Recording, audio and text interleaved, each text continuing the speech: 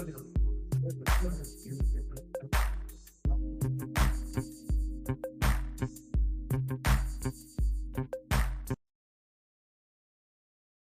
right. Debt ceiling discussions, bank failures, inflation rates, Fed rate hikes. There's a lot going on right now. Everybody agree? Yeah. So welcome to this month's Capital Markets Update and Outlook. Thank you so much for being here, for all of you here in the room. For those of you who are joining us online, a special welcome to you guys as well. Appreciate you taking the time out of your busy schedule to be here with us today. As everyone in the room here knows, let me share my screen. Here we go. All right. If you're joining us for the very first time today, my name is Eric Hagan. I'm a financial advisor. I'm president of Capital Consulting Group. Capital Consulting Group consists of myself, Tom Fox, who we're going to hear from in just a few minutes. Financial advisors Dan Oshman in the back of the room here, and Rana Grant. I haven't seen her yet. And then we have our client support team, John Knutson and Marilyn Westmark. Together, John's in the back. Together, our goal is to help all of you, those of you online, to make your next financial decision, and then the one after that, a good one. So that's our goal. We do that in two ways. We offer personal wealth planning, as well as fiduciary investment management. We have a very robust education series happening right now. If you missed it, in March, I talked about how tax planning changes through the 4 stages of retirement. I talked in last month in April, we talked about what baby boomers need to know about their retirement income. And then next week, we have a legacy planning workshop on how to not only pass on your valuables, but also your values. And there's a lot that goes into that estate transfer. So if you are in need of this type of education, if you have friends, family, anybody that is in need of this type of information, it's all on the website. It's all recorded. We've got a growing library of things on there, and we'd love to have those conversations with you about how that can impact your personal situation. Every week, I do an update, very short update, 5-8-minute update on what's happening in the markets. You're all invited to join me. I go live online as we are today on Facebook, LinkedIn, Twitter, YouTube, wherever you are, you'll find us online, as well as on our website too. You can find it right there as well. And then later on in the day, I send out a summer email, just 1 email a week. If you're not getting this email, you can subscribe at our website. But I try to put everything into that 1 email instead of blasting you with an email every other day with stuff. So if you take 5 minutes just to take a peek at that, you should get the gist of everything that's going on at the office and stuff that we're talking about. Right now, month of May, we are offering complimentary shredding. I know that may have brought some of you here into the room here today. If you haven't heard this yet, we are offering complimentary shredding. I invite you to bring it. We will handle destroying that important information. As I've been told, we probably send you most of that stuff that you're getting shredded anyway. So feel free to bring it back in. Shredder will be here next week. We lock it up at night, and you can drop it off anytime during business hours. If you don't know what you can shred and what you should keep, we have a very handy keep it or toss it guide. Any one of us can get you a copy here today. If you're online and would like a copy, you can go to our website. It's all online. You just put in your name and email, and it comes to you, and you can have access to that. It's a great handy tool. Print off. We can get you a printed copy if you let us know that you want one. A great tool to keep around at your home office or what have you. And then lastly, today, I just want to kind of really start out by saying thank you. I have a little bit extra sun on my face. Last week, I was down in Marco Island, Florida. Got to spend a long weekend with my wife, Kelly, at the JW Marriott. And it's all thanks to you guys. And it's what we were at was our, so you guys know that our broker dealer, Next Financial Group, was purchased by Atria Wealth Solutions about 4 years ago. So Atria now owns 4 or 5 other companies like Next. There's about 2,500 advisors across the network of all these companies now that they own. So yes, we are independent. Capital Consulting Group, Dan, Rana, us here, we're all independent, but we're part of a larger network of advisors. There's about 2,500 advisors. Atria brought their top 150 advisors down to Marco Island last week. So I got to be included in that group, and I just have to say thank you for sending me there, really, because it's all thanks to you guys. Like I said, it's a President's Club. Got to hang out with other top advisors. In the white shirt, another top advisor. CEO of Atria in the yellow shirt there, Doug Ketter. He ran Morgan Stanley's wealth management division for about 25 years. And now he's seeing the independent channel like we have right here as the future of this business. So he's all in. So got to kind of hang out with him and do that stuff. There's an awards ceremony, live music, a little bit of the fun as well.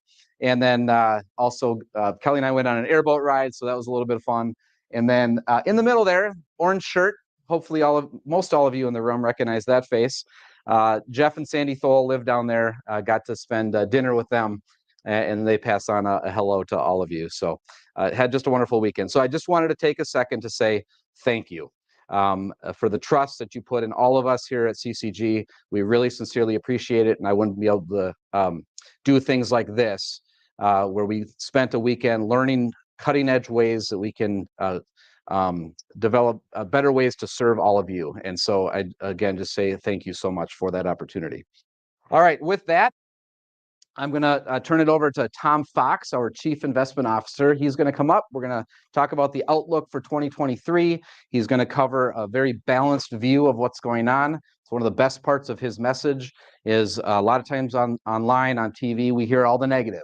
Well, there is positive as well. We want to always take a balanced approach to anything for that matter, but particularly as it pertains to the economy and the stock market. So he's going to talk about the headwinds and the positives as well. Tom has a very long resume, been in the business a very long time, and we're a long time. And with that comes wisdom and experience and all the things that we want when we're trying to understand what's going on with the markets and with the economy. So as we are listening to Tom, would love to take any questions. So those of you online, if you submit your question in the comments section underneath the video, I will see that on my screen and I will bring those questions to Tom. If you're watching in the recording, a lot of you watching the recording, you can email me. You can also drop a question in the comments section as well. We would love to circle back with you. For all of you in the room here, we will take questions at the end.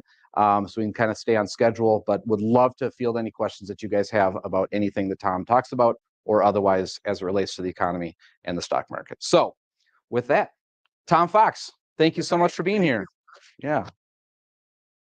Should get hooked up there. Okay. Good morning, everybody, and everybody online. It's good to be here with you today. Whoops. How do you have this thing? Oh, you're left-handed? No, I'm not. He's got a left-handed. There we go. Perfect. All right. Good to be with you. And so we got a lot to cover today.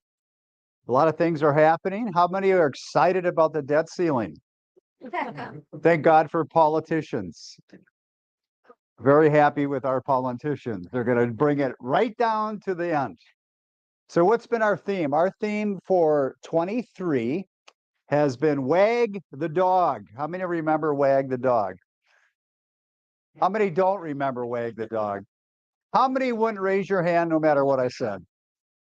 Okay. All right, Wag the Dog. That means something of lesser influence. Influence is something of greater influence, which is inflation, other things going on is going to influence the Fed to stop raising rates. Now, I thought it would be last month. It's not last month. I think they're going to raise it another 25 in June. And I think that's it. They're going to put it on hold. Hopefully, that's what we're predicting. Because the economy is still strong, and we're going to see that as we go through some of the data. Our employment is good, economy is good, and the Fed's trying to slow all that down so inflation will drop even faster down to their 2% target. Getting to 2%, I think, is going to be very difficult. Getting to the 2% inflation. So anyway, so we're wagging the dog. Inflation's going to cause dropping is going to cause the Fed to stop raising rates. Now I got a longer list of all of worry items than I do positives this time. Sometimes it's equal, or sometimes I have more positive, but this time we got a lot. So what are other strategists saying? What's the worries out there? Well, number one is the debt ceiling is still unresolved, and hopefully our great politicians will get this done at the last minute, the 11th hour. I don't know what's going to happen, but if they don't, you're going to see stocks and bonds go down in value. And hopefully they're not, because they're already talking to the credit rating of the United States is already shaking. They're already talking about lowering the credit rating of the US. We're the best place to go. I mean, and if that happens, it's not going to be good. And as the CIA said, that China and Russia will take advantage if we don't pay our bills. They're going to use that as propaganda against the United States. We don't want that to happen. So that's still hanging over us. And there's many that are saying we're going to be in a deep recession, but they've been saying that for a while. We don't think we're going into a deep recession, and we'll talk more about that. Inflation now falling slowly. And if you look at the last numbers we had in April, we saw that the inflation rate dropped a little bit, not as much as the month before. So we're seeing just a slowing down of the inflation rate coming down. It is coming down, especially from the peak that was up very high, around 7%. So it is coming down. It's about 5% year over year. So it is falling, but not fast enough for the Fed. So they're going to stay hawkish. That's a negative. And they're going to keep rates high for an extended period of time. Now, how many have heard in cable news that other strategists are saying that the Fed's going to drop the rates this year? Have you heard that? Anybody listen to cable news? Good. I don't have to deal with that. All right. So I don't think so. I think the Fed's going to hold the rates for the entire 2023 where they are. And I think they're going up another 25 basis points in June. But I think they're going to hold there and just see how it shakes out, how much damage they're going to do to the economy and bringing it down, and also inflation. So they will keep it for a longer time. So again, they're going to raise rate again in June, and maybe they skip, maybe they pause. They do June and they don't do July, but they could raise it further down the road. They're calling it the skip, where they're going to skip a month and then raise it down the road. That's a possibility. So the Fed is data driven right now, and they've been talking about. Fed Chairman Powell's been talking about we're data driven. So as the data comes in, we make our decisions. So we can't predict the data, but it is data driven. Stocks are generally not higher. Now, the S&P's up about 8%. Some of our strategies are up 9 or 8% or over 9%. And what's going on is that the general market is not higher, it's flat. If you look at the equal weight of the S&P 500, we're going to look at a chart, it's really not even up. The only reason the S&P 500 is up is because that's a capitalization weighted index. Means the bigger companies get a bigger weight towards the performance. And what's going on is that if you take out the tech stocks, tech has been doing awesome. Everything else is flat, except for consumer discretionary. Everything else is pretty much flat. So if you don't own tech stocks, you're not doing that well in the stock market relative to the S&P 500. We'll see a chart on that. Economic weakness is still in front of us. Earnings estimates are still too high, but they've been saying that for months. We have been saying that the earnings are going to hold up. There's no disaster coming. And, I've got to pat my back every once in a while. We were right, because a lot of them were, thank you. So a lot of them were saying that earnings are going to go into a recession. That did not happen. So we were right on that. We said it wouldn't happen. Earnings have actually been better than expected. Okay, commercial real estate.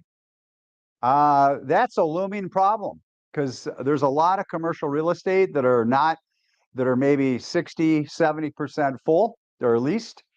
And what happens? Their debt structure is coming up to be renewed, and they probably structured debt at a lower rate. But where are the rates today?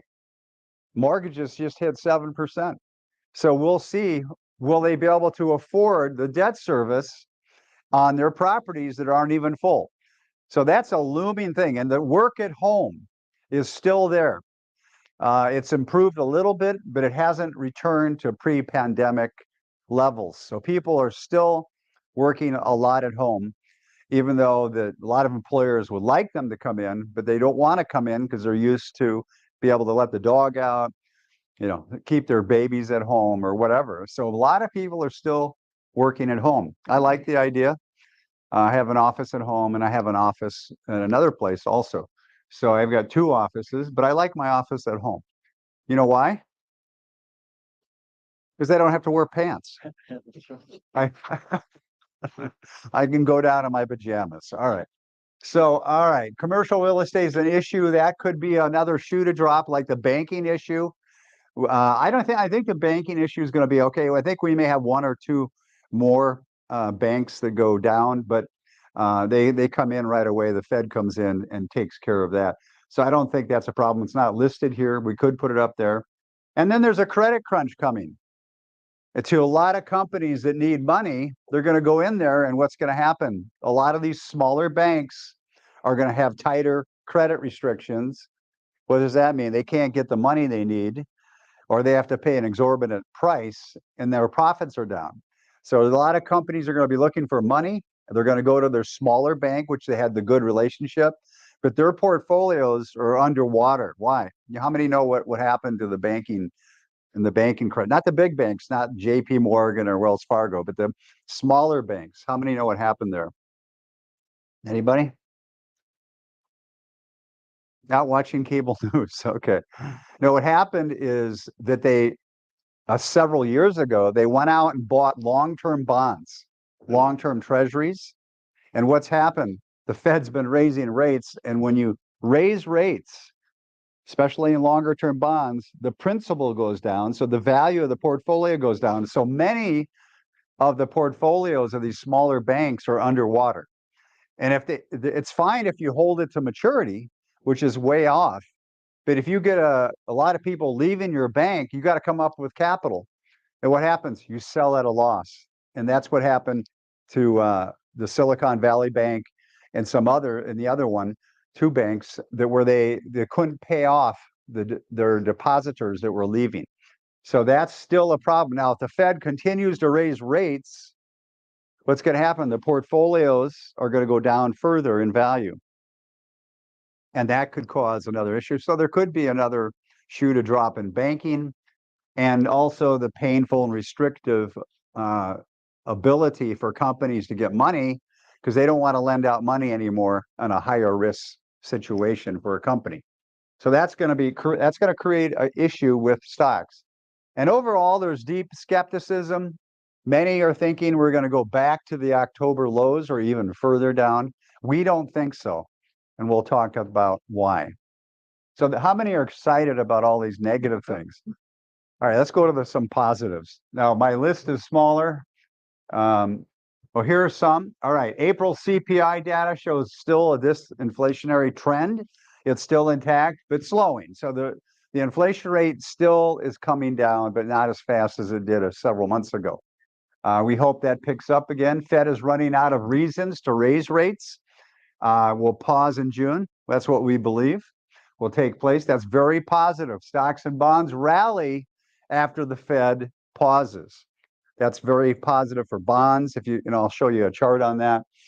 Employment remains strong. We're almost at 50-year lows in employment. There's never been a recession with employment this low. Now things could change very fast, but right now the employment scene is very good. The other thing is that consumers are resilient. They're still spending. Are you out buying? Are you still out buying like crazy? You are. Okay. Raise your hand if you're still out there shopping. Okay. The ladies up front are.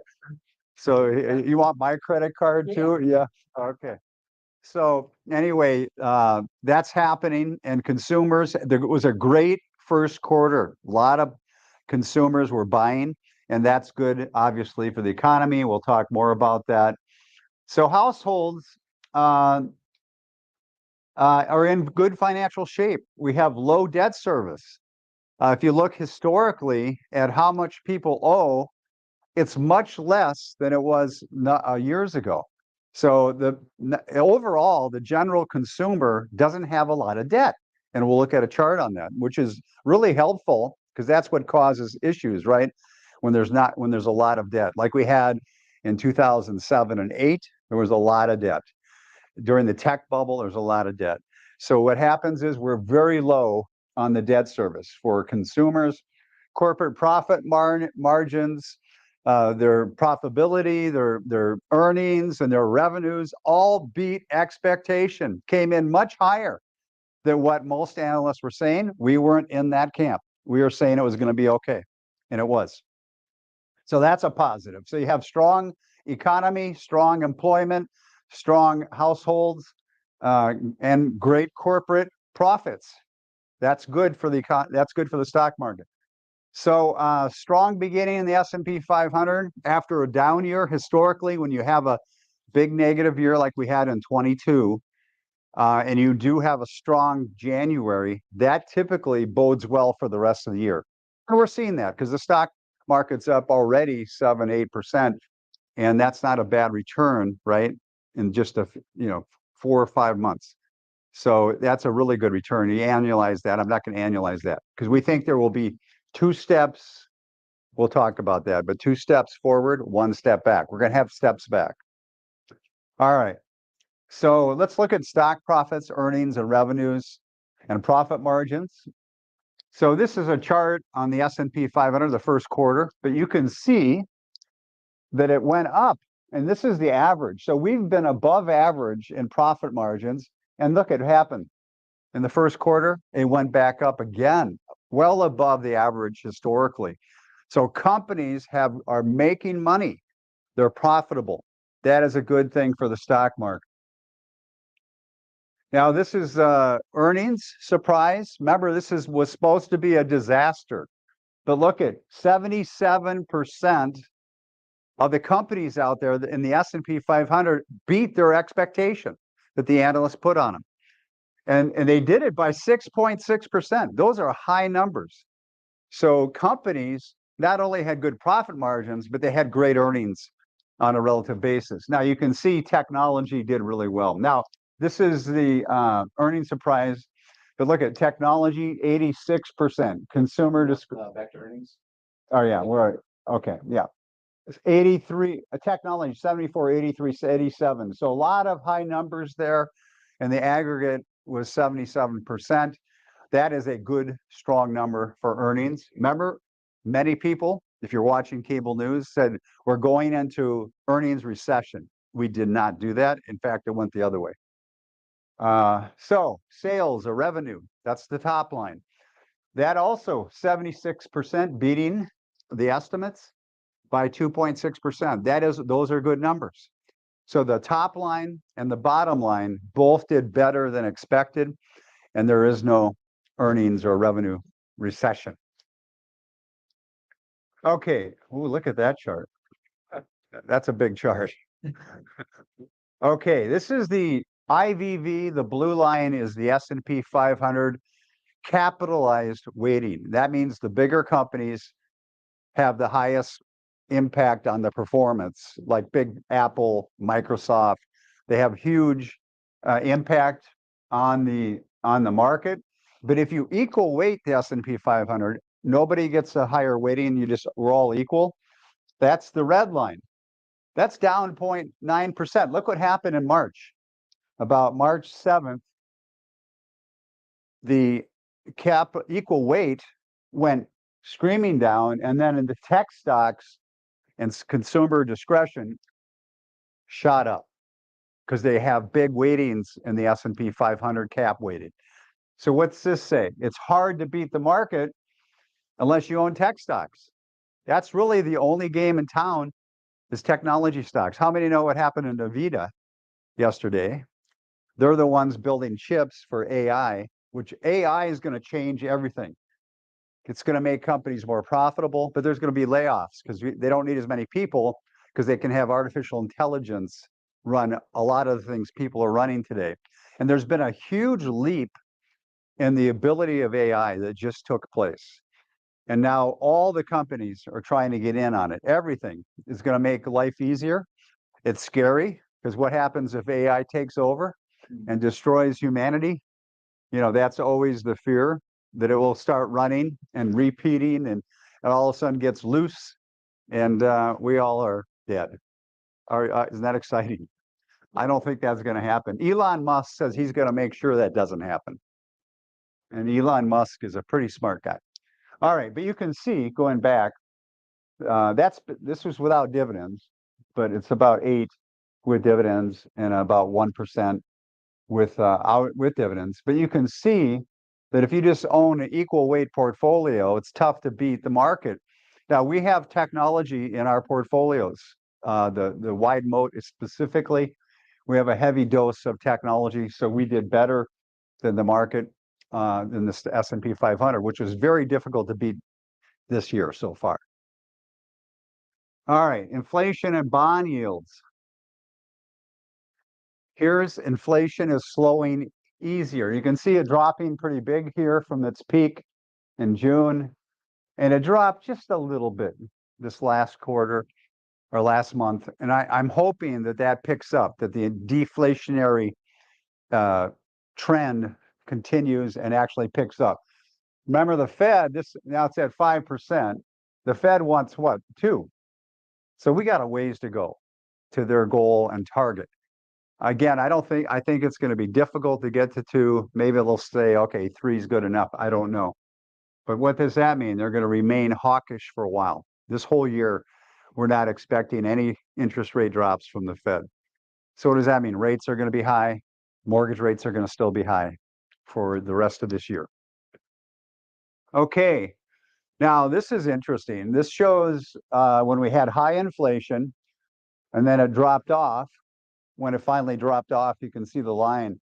But you can see that the drop is very similar in its trajectory to the way it went up. So it went up at a certain level and comes down about the same. So you can see where we are. So it's going to be out here before we get down to the 2%. It's going to be a ways out. So you can see that it's very similar. The speed it went up will be the speed that it probably goes down. So the dark line, the black line is where we are right now. Now, what happens when the Fed stops raising rates to the bond yields? And it's going to be a good year for bonds, because what happens when the Fed stops, this is what happens. The yields drop. This is the 10-year Treasury during various scenarios, but in every case, it dropped for the 161 days. It went down. So when I believe the Fed's going to pause in June after they raise another quarter, and then we can expect the bond yields to come down, which means that bonds are going to have a good 2023. Now they're up only about a little over 1.5, 1.75 right now, year to date. They were up over 3, but they're going to end up, I think, having a good year by the end of 2023. And we own bonds in our portfolio with some alternatives. So here's kind of a technical look at the bond yields. We're up about 375, so we're kind of going up close to 370 something. We're going up to that red line again. So it's up here now. After the last few weeks, it's gone up about here. That's sort of, I think it's going to be in a trading range, but you can see there's a downward slope in the yields. So what does this tell me? On a technical basis, we think bond yields are coming down. So when bond yields come down, by the way, stocks do very well. So do bonds. So I think last year was a horrible, right, for bonds and stocks. The aggregate bond index was down 13%. Stocks were down 18%. So last year was terrible for stocks and bonds. We think it's going to be a good year for both this year, just the opposite of last year. Okay, consumer spending. 70% of the GDP, gross domestic product, which is a measurement of our economy, is consumer spending. So ladies, men, get out there and spend more. I got some, no, Eric has credit cards. He's got a $10,000 line of credit for all of you. So go out and spend, because it's 70% of the economy. And that's why, remember, the consumers were spending the first quarter. That's why the market's up. And that's why the economy is still doing well. But what happens if we all stop spending? Well, the GDP is going to drop very fast. And then we go into a recession. We're not going to do that. All right, so consumer confidence has been strong. You can see it all the way. It's been going up. It peaked here, kind of had bounced around, and you can see it's still above average, but it is coming down slightly. So there's sort of a little crack in the consumer sentiment. How do consumers feel? It's still high, but it's maybe heading down a little bit, and that could be a problem. We're watching that very closely. How do consumers feel? All right, so here's the growth of service spending. You can see this is what happens in a recession, but you can see that it's very high. Look how high we are. And people are getting out. They want to go to restaurants. They want to get on a plane like Eric just did. How many have been on a plane and just said, I'm tired of the pandemic. I can't wait to get out of my house and do something different than sitting around looking at the four walls because of the pandemic. So everybody's out spending. Restaurants are doing well. Airlines are doing well. And you can see how high the services spending is. And it's coming down a little bit, but it's really high compared to history. So it's still strong, but it's sort of showing a couple cracks. All right, so this is consumption index, how much we're all consuming. And you can see, this is when we had recessions. You can see it drops down.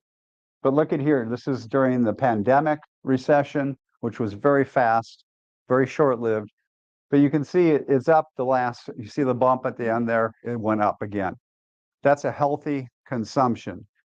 Now, remember, this is 70% of the GDP of our economy, and we're not in a recession. How many remember people saying we're going in a recession? Now, we think we will, but you may not even notice it because it's going to be a very different kind. We've been saying soft or soft for a while. Then I moved to just soft. I went from soft to just soft. And what that means is we're just going to have a soft recession. And we'll look at another chart on that. So this is all looking good. Okay, this is the household debt service. Remember I talked about that a little earlier? And it shows what the debt ratio is of disposable income. Household debt payments is a percent of disposable income. See what happened in 2007 and 1990 and 2001? Look where we are today. This is good news. The consumer is not over their head. They're in really good shape. And that was because they saved a lot of money during the pandemic because you couldn't go anywhere. And so we had record savings during that period. Now, that money's going fast because people are getting out, going to Marco Island and doing other things like that. And so anyway, you can see it's gone up a little bit. This was at the bottom of the pandemic, but look at where we are today. Still very low historically. That's good news for the economy. Okay, we think we could end up. This is a chart showing where we are today from the bottom and 2002. Now, 2002 was it was a recession, but it was very mild. And consumption, like we saw the numbers of consumption, didn't go down too much. It was actually held in there pretty good. Very similar to today. So look at the chart. This is 2002 from the bottom, and look at where we are. We're running right along this. So it's kind of eerie, but we may end up having a 2002, but you can see where it goes. The stock market goes up, and they had a recession, but it was very mild. And I think that's what we're going to have is a very soft recession as we go into the end of this year or maybe 24 or early 24. How many would like that to continue, that pattern? We're hoping it goes back up like that. All right. So what's our outlook? Outlook for the balance of 23, wag the dog. The Fed's going to stop raising rates. We expect volatility will remain high, especially with the debt ceiling arguments that are going on. I hope they don't blow it. I hope they don't blow it. Fire all of the politicians if they do. Soft recession coming end of 23 or 24. We still think we are now believer. We said soft landing, which doesn't quite go into a recession. We think we will, but it's going to be very mild, no deep recession. Corporate earnings revenues will remain above expectation for the rest of this year. We've already discounted a pretty bad recession, the stock market. So that was already in the data. So we don't think that's going to push the stocks down. Once the Fed stops in June, should set stage for a second half rally. When they're done raising rates, and hopefully they don't do a skip, but if they stay where they are and just let the chips fall where they may in the economy, we think it's going to be a great second half. We think we could have some downturns within the next month or two.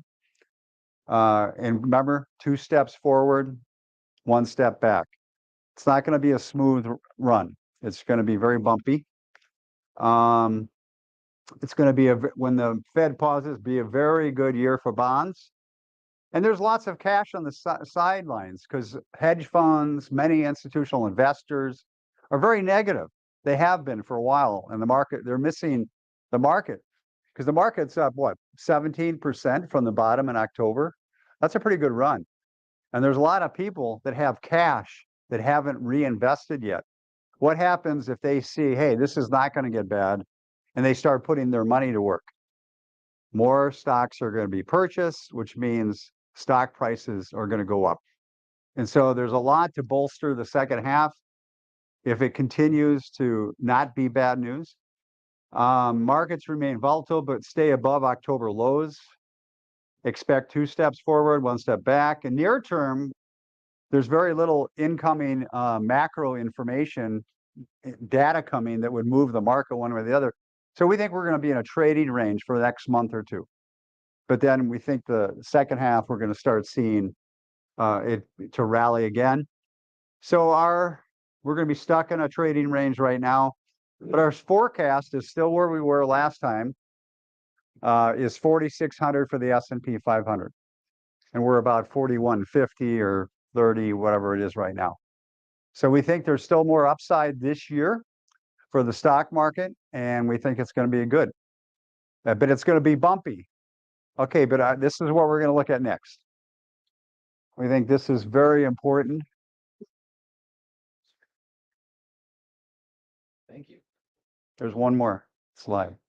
Oh, I have another one. Sure. Yeah, there was. What was it on? It was just Warren Buffett. You didn't see that? No, I didn't. No. Okay, well, we're missing a slide. But what it said is, how many think Warren Buffett and Charlie Munger are pretty good investors? There's some good hedge fund managers. And what the key was to their good returns. Peter Lynch, how many remember Peter Lynch, the great stock investor? The key to their returns that were so good is that they don't panic. When bad news comes, they don't sell out. They didn't sell out. They hold because they're buying companies as if they're buying the business. And the key to the most successful investors is people that don't panic, don't sell when the market's heading down, but hold and are patient and wait because things turn around. And he's been watching people for many years because your emotions get all out of whack, right? When your portfolios are going down, we all get nervous. And the worst thing you can do is sell. If you look at the stock market over history, but it's all higher, even though there's big drops. Now it's hard to identify those drops. We were very fortunate to sell 25% in 2020 when the pandemic hit. We sold out 25% right, maybe 5 days after the peak, 2 days. And then we got back in, remember Eric? When he goes, now I know what it feels like to buy when you're scared to death. And so we went back in because we made, the market dropped significantly, and then we decided to go back in and slowly worked our way back to 100%. So stay invested, stay patient, because the best investors in the world that have made fortunes don't panic and sell. And are you going to be on what you're going to sell, or are you going to panic, or are you going to close your eyes and pray? But don't let the worst investors are emotional investors. They're emotional, and they're, everything on cable news or whatever thing comes out. And we're going to run into issues, right? We always do. But and the market does come down, but it always ends up higher. All you got to do is look at the long-term chart for stocks, and it keeps going higher and higher and higher. So hang in there. I don't think we're going to have the big down this year, but we're going to have some down. Can you make a comment? Yes, good timing. Eric and I have talked about this a couple of times because I was in a panic mode like a year and a half ago. Everything you read, everything you saw on the internet. Right now, the stock market should be at 20,000. Yeah. And I thought, do we really want to stay, assuming it's going to go up? And your company was probably one of the less than 10%, 5% companies that said we're not going to see that kind of recession. Well, Eric and convinced me just to be confident, hang in there. And that was really good advice. I could start to sleep at night again. And you were really right, because the stock market is not at 20,000. Which guy? All right. Yeah. Through the grace of God, we were right. Yeah. So, plus I think we have the election coming. And usually election years, people in power do what they can to make things look good. So we should see some lifting. And the following year. Yeah. So yeah. That very much. Yeah. Thank you for sharing that, because that's kind of exactly what I was talking about a few minutes ago, is stay the course, be patient, and your emotions may scream like yours were, but call Eric and he'll comfort you, and we'll make it. We're all in this together. We do better when you do better, right?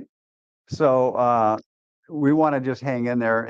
Just look at the long-term chart on stocks, from the Great Depression forward, ups and downs, but it's always higher. But you got to, it depends on when you retire, and when you're in retirement, that's even harder, right? Because how much time do you have? And but if you have a year and a half, 2 years, stay the course. Depends, your emotions may be screaming like yours. Thank you for sharing that. That was exactly what I was just talking about. I didn't know you were going to share that. Did we pay you money to say that? Okay. Okay.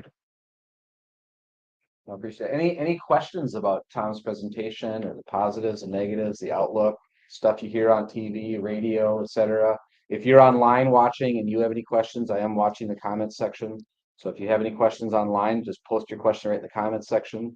I'd be happy to get that addressed for you.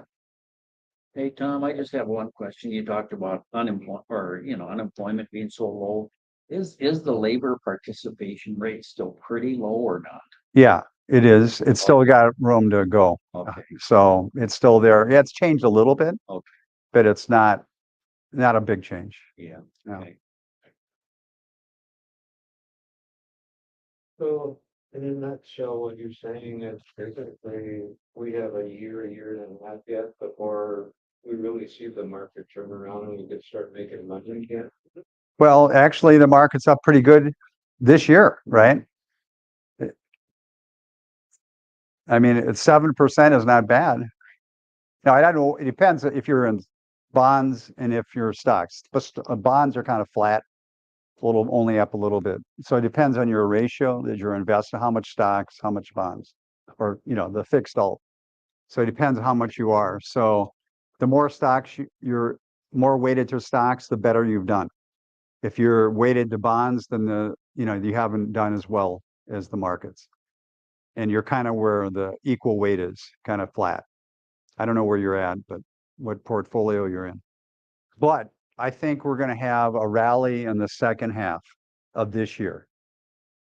And I'm not even forecasting 24 because, we have to, it's data driven. Everything we do is data driven. So like the Fed.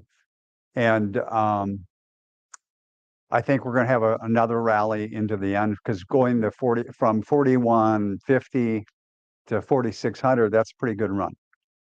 Now, the question you have to go ask is to Eric is what's your percent in stocks versus fixed alt? Because fixed alts is kind of flat. It's not up much. There will be a rally in the second half, I think, in the fixed alt. But the stocks are going to rally more. But obviously, you get more volatility with stocks, right? Stocks have more volatility, higher volatility, more upside. So it depends on your ratio between your stock percentage and your fixed alt percentage. So I think everybody here should revisit that with Eric and talk through with him. What should be my ratio? To go back to the heart of your question, we think it's coming sooner than years out. Yeah, not a year and a half. 4,600 at the end of the year, that's over 10% from where we are right now. And that's just in 7 months, right? So the equities should be up about 17% We this year. talk about everybody running to, 4% money market. That's 4% if you hold it for a whole year, right? We're talking about 10+% in the next 7 months is kind of what we're seeing, what Tom's saying. Yeah. With the year-end target. Okay. Does that answer your question or? Yeah, so the key to your return is the percent in stocks and how much risk you can handle. Because some people can't sleep at night, so they have they have a percentage maybe higher in fixed income alternatives. But the bond market was kind of rallying, and then now it's going the other way. So it's about 1.5%. Alternatives are down a little bit. So the combination is probably minus 0.5 for that percent in that. It did very well last year. The bonds were down 13. I think we were down, 1.5 or something? Flat. We were flat. So we beat the market by 13% last year. So we think it's good. Important point, I think. Yeah. You look at most traditional allocations. As we get older, we go from stocks into bonds. So you talk about the vast majority of people out there who had portfolios like that, friends of yours, people that you have coffee with, that you play golf with, that you talk to, they're not only were their stocks down 15, 16, 18, 20% last year, but the safe side of their portfolio was down 12, 13, 14% as well. Yep. Where in our case, our stocks were down not 18%, they were down less than what the overall market did. But the really big key was that fixed alt side was not down 13%. It was basically flat. Yeah, So we had a the huge safety side relative actually year. did its job last year thanks to this guy. And so I think that's going to turn around in the second half. Dividends portfolios are not doing well this year. They did great last year. They're not doing well this year, but I think they're going to turn around the second half, the dividend side type stocks, especially quality dividend, which we own quality dividend. So I don't know if it depends if you're in the wide moat or thematic or, I don't know what everybody's portfolios are. We have a lot of portfolios. So I have a question a client brought up the other day. It's talking about that fixed alt portfolio. So recently, a couple months ago, fixed income. Fixed and Yeah. bonds. Do you see that happening soon again? More movement? Any movement? I'm thinking about moving even more to fixed income. Is that imminent? Is it? Yeah, it could happen in a month or so. Okay. Yeah, Cool. just because rates have been kind of going up. They're like 370 something right now. I think we got into fixed about 360 on the 10-year. Now it went down to 325. Now it's at about 370. If it goes up higher, then we're going to buy more fixed. Because I expect the second half to a big rally for bonds. Right. The higher the yield, the lower the principal. Yeah. What do we want to do? Buy low, sell high, right? Exactly. They're bonds Yeah. too. I'm going to sit down. Yeah. I had knee surgery, so my knees are hurting. You Sorry. do that, and I will just kind of close this up. One last reminder, anybody online, if you have any questions. I think it might be. If you have any questions, go ahead and post it right in the comments section. We'll make, you can make Tom get back up out of the chair. Yeah. But with that, I don't see anybody else in the room have any questions? You good? All right. Our next monthly update is scheduled for the end of June. Lots going on with holidays and stuff. We might adjust that, but right now we're looking at the end of June there. Again, we do this every single month, and so we're looking forward to that. And that is all that I had. So on behalf of all of us at Capital Consulting Group, thank you so much for being here, taking some time out of your busy schedule. No questions? No questions, nothing. You addressed all of them. There's nothing on here. So we'll hang out. We'll chat with anybody that wants to have more private conversations or anything. So thank you very much. Appreciate that. And lunch is here. So we'll go grab lunch, guys. Thanks so much for being out here. I had a knee replacement not that long ago. So standing there got a little sore. Amazing what they can do. They hip are better than the knee. Yeah, these the first 2 weeks, oh, it was horrible. How many have had a knee replacement? How about the first 2 weeks?